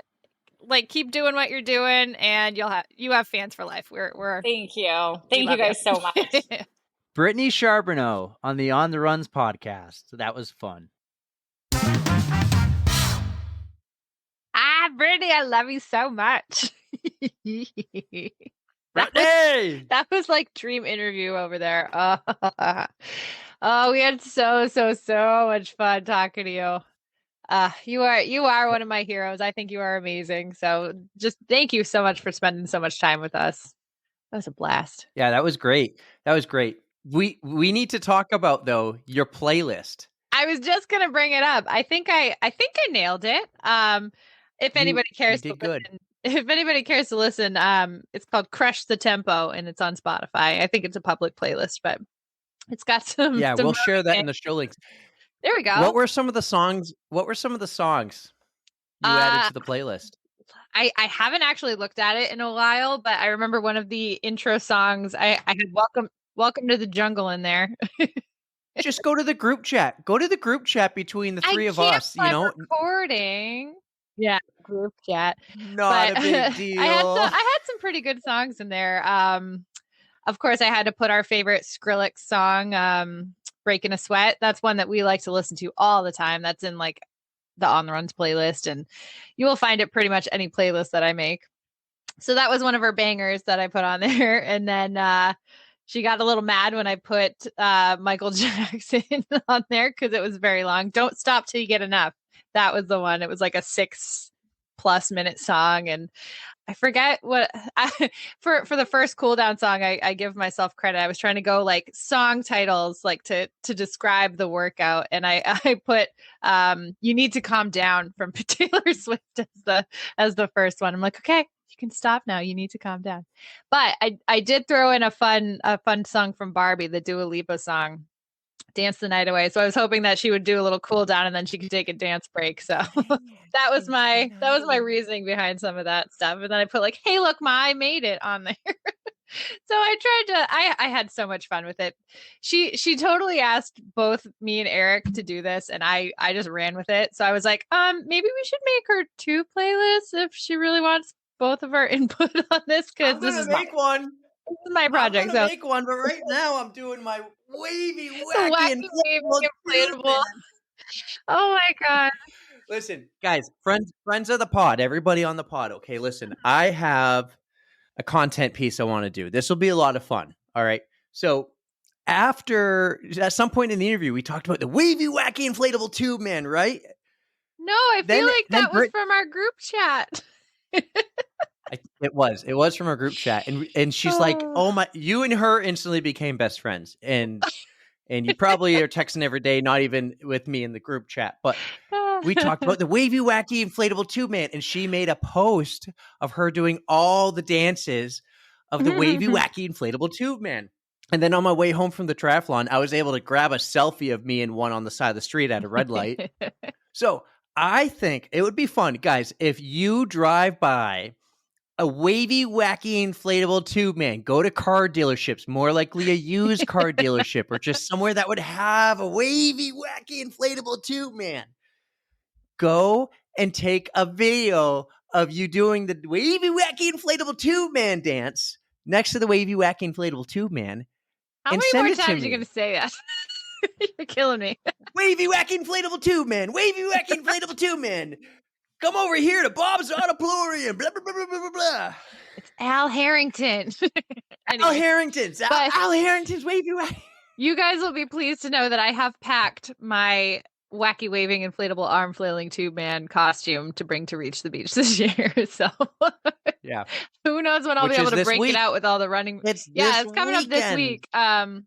Yeah, we're leaving on Thursday. So who knows when I'll be able to pop it on. It's going to be probably hot as balls, and I'm going to die of sweating in that thing, but it'll be worth it. I'll try to get some smiles and some videos, and I'll do my best dance for you guys, but I don't know. Brittany has it down, so I got to take some notes. Check out the reel. She even made that little comment like, this is for all my wavy, wacky, tube man friends. You know who you are. It's us. So, guys, if you see one of these wavy, wacky, inflatable tube man guys, go take a video, send it to me. I'll try to do something. We'll do it like in honor of Brittany doing this for us. Okay. So if you like this episode, do that for me. That would be so cool. Send it my way. I want to see your dance moves, you guys. Yeah, we want to see your dance moves. So if you like that, go ahead and do that. If you like this, don't forget to follow us on Instagram. Go subscribe to our YouTube channel. If you really, really, really, really, really love us and want to be a friend of the pod or a lover of the pod, you can jump on our Patreon page. So in 2024, there'll be some extra benefits for that. But yeah, guys, thank you so much. That was a ton of fun. So I got my little promo out of the way there. That was a good time. Good. That was just such a great interview. Brittany's so cool. Yeah, we got a lot to talk about. Yeah, so this is going to go on a little longer. We need to talk about your 50K you did in Maine. I think you ran into a friend of the pod. I did. Actually, a couple of friends, but I got to meet Beth in person. Beth Newt. Beth Newts, what's Yeah. up? She was running there. I think she did the What's up, 25K that day. So I got to meet Newtsy and run some laps next to her, around her, here and there. We all did all the many laps that day. There were so many laps. What is Newtsy like in person? She's awesome. She's super nice. Yeah. I saw her and I was like, Newtsy. And I Big hug? gave her. She a hugger? Well, she hugged me, so maybe. But I could be. Am I special? Ooh, we'll see. But it was so nice to get to meet her. And So you use this race as like a training race, like you were supposed to do a 33 miles this weekend, so you used it as a training race for your 100 coming up in a couple weeks. It lined up perfectly. Like we were just talking to somebody we just interviewed. I would probably have come up with every excuse in the book if I didn't have like a real reason to do it. So this just was perfect. It was the very first race, the Cherry Hill Farm Ultra. They had a 50K, which I ran, and then they also did a 25K option. But the entire thing was trail, man. You would have been so proud of me. It was pretty much exactly like what I'll be running down in Virginia. It's like that crushed gravel. It really wasn't very technical either, which was nice. So I think I'm going to be in good shape for the big one coming up in a couple of weeks. Looking forward to it. Feeling confident. As confident as I'm going to get, man. Like the distance is still looming, but I think I might be able to swing it. But I was pretty proud of myself. This was a very small race, but out of there were 5 female competitors for the 50K, and I came in first. So I'm counting. Whoa! I didn't know this. Yeah. Oh, did I not tell you? I think winner chicken dinner. I was very proud of myself. I mean, it was tough out there. My watch said I did just shy of 32 miles on the 50K course, and you were supposed to do 33.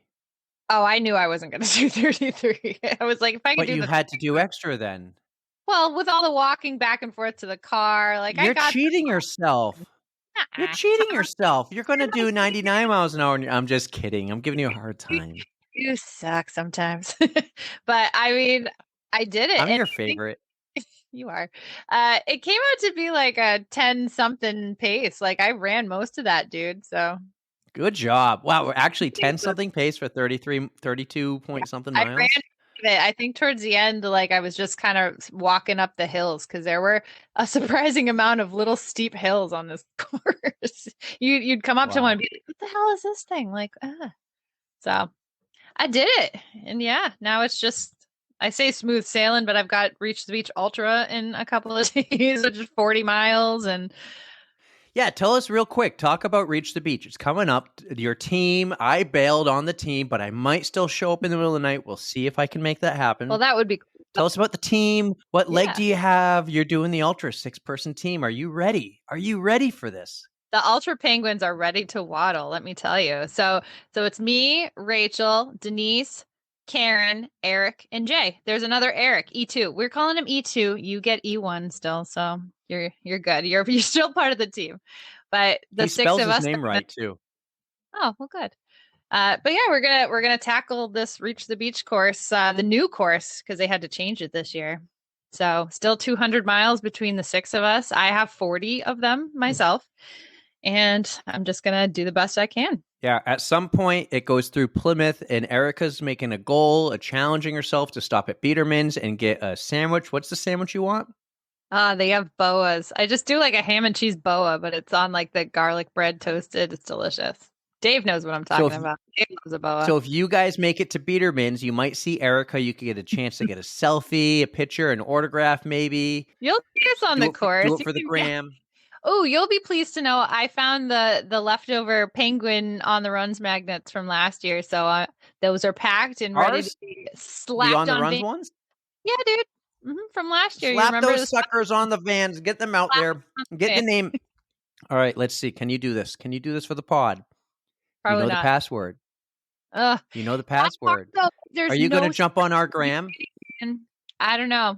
I will try. You cut out there. What'd you say?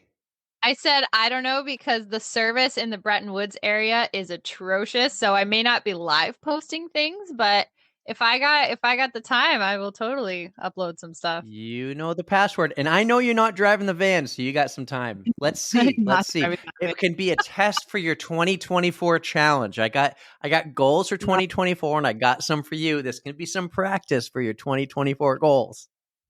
We will see. Don't have high hopes for me. Just appreciate whatever I do throw up there, and not literal throw. I appreciate you. You want to know why I appreciate you? Do tell us.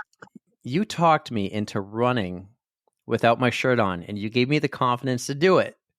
Did you have the? I'm so proud of you. Honestly, you shouldn't have to care what you look like. You were gonna sweat your balls off. You probably already did. I was more concerned, honestly, about walking through this nice, fancy hotel lobby without a shirt on, but I improvised. I figured it out. So at first, I was like, I really want to run. I was talking to Erika. I was in Virginia Beach for work, and it was in the middle of the day, and I had a ton of time. I wanted to run the boardwalk. It was 6 miles round trip, down and back, 3 miles. Mm-hmm. And she's like, just do it. Run without a shirt on. Who cares how fat you are, how big your man boobs are, your hairy sweater vest you got. Note to listeners, I did not say those words. I'm much nicer. I have proof. No, you don't. But I know what she meant. So I walked outside. Body confidence, man. And there's this outdoor bar at our hotel near the pool. And the bartender was just cleaning. There was nobody there. And I went to her. She's from Jamaica. Her name was Marianne. She's a sweetheart. And I went back and had drinks later. But I said, I have a question you probably never heard before. And she's like, oh, yeah, try me. And I said, I want to run without a shirt. Will you hold on to my shirt for me? And she's like, absolutely. And she grabbed me a nice bag. She goes, put your shirt in this bag. I'm going to hide it here in the bar. If I'm not here and I'm doing something else, you can just come and grab it. Hold on to the bag. You run every day. Put it here. So I ran twice, 12 miles about in 3 days without a shirt on. And I loved it. The sun was hot. It was a little humid the first time. The second time I went bright and early in the morning, and I went all the way in the ocean. I'm like, I can't come here and not put my feet in the sand and my ass in the water.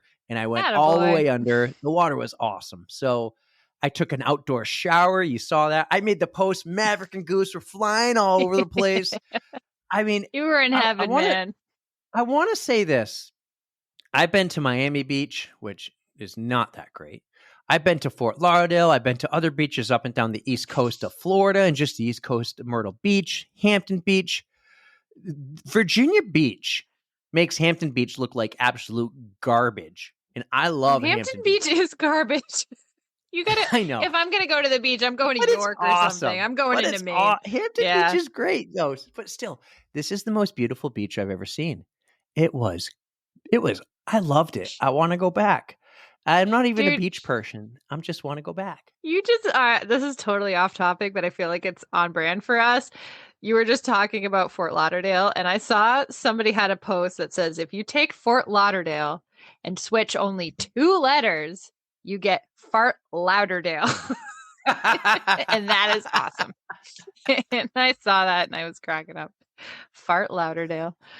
Fart Lauderdale. Anyway, that's where my brain goes. Never grow up. Yeah. Never grow up. I had a 11th floor ocean view hotel room. How did you snag that? Did they just have an ocean view available? Well, when we get these rooms, like I'm in a room right now, and I'm back at the desk because the computer was dying because how long our last interview we recorded in between the Tros went. Yep. That we always get a 1-bedroom suite with like a couch, a TV, a table, a desk, a microwave, mini fridge, and all that. They're really nice. I showed up to the hotel and she goes, I don't have any more of those available for you, but I could put you oceanside in a queen double, or you could take this other one that's pool view. And I go, what do you think? Knowing I'm going to take oceanside, she goes, you want the oceanside. I go, cool. And then she's like on her computer, blah, blah, blah, blah, blah. What floor do you want? And I go, what do you think? And she goes, 11. And I go, how many floors are there? She goes, 11. I go, I'll take the 11th floor, oceanside. There you go. Well, what a view. I had a little deck and patio there. And I still had the mini fridge and microwave, I think. That's all you really need. Yeah. Yeah. But perfect. The bathroom, I'm sorry we're going long. But this more affects me because I have to edit it. Let's be honest. So I go on to tell you this. The bathroom here in the hotel I'm at right now, big, like huge. We're talking the shower's huge. These showers in these hotels now, they like fall from directly above your head, but also shooting Oh. at you. They're super nice. They're Very really, this is fancy. not the Holiday Inn. This bathroom, the shower was exactly that. It was nice. But when you're sitting down to take a shit on the toilet, and we were talking a lot of shit talk on the toilet on our interview that's coming out next week, and about, what was it called? The poop stool? Yeah, the poop stool. When you were Oh my God. Stay tuned for that. there was not enough room to open and close the door. Like you Oh. couldn't stand in front of the toilet and open and close the door. It would hit you. So I had to shit with the door wide open just so I could get out. At least nobody was in there with you. But what's funny is, like, I can reach and touch the actual hotel room door, and like right there, people could be walking by, and here I am taking a big dump. Hey, So it's candid, on the I love runs. it. We talk about poop. Oh man, it makes me happy. It really does. We're super comfortable with that. Erika loves farting That was terrible. Do it again. Forever Erika farts will will laugh be funny. Yeah.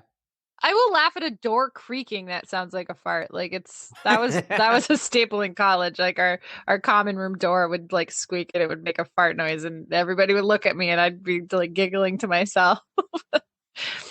Now you guys know more about me. I really hope you enjoy these Tros, and we just talk about whatever. I really hope you enjoyed the interview with Brittany. She was... It's so hard to not play favorites when you clearly have favorites. She's on the Mount Rushmore. We'll put her on Mount Rushmore. She's on Mount Yes, Rushmore. Please, please, please, please. That was cool because we talked about her back at the beginning when we were figuring this out in your little dining room kitchen table, and you were fangirling all about her on episode 6. So yeah, it's been a long time coming, and it really was a cool dream come true. Brittany, stay weird. We love you. And hey, I don't think it'll be the only time we ever talk to her. Maybe we'll meet her one day. Maybe. I don't know. We'll see. I will work on my playlist, Brittany. I'm sorry I'm busy. I will get it. It's going to be good. It's going to be good. But for now on, run to either Erika's playlist or run to any song from the Guardians of the Galaxy, because that soundtrack slams. It's awesome. All that day I long. can give you that much. That is a wonderful soundtrack. Or some Bob Seger. Hurst her up, baby. All right. All right, we calling this. Let's call it, man. Erika, save us. Don't forget, guys, Instagram, YouTube, Patreon, wherever you can find us, follow us. Like, share, comment, help the algorithm. Give us a rating. We love you guys. You guys are awesome. Thanks for sticking with us. We love you so much. And don't forget to stretch. 3, 2, 1.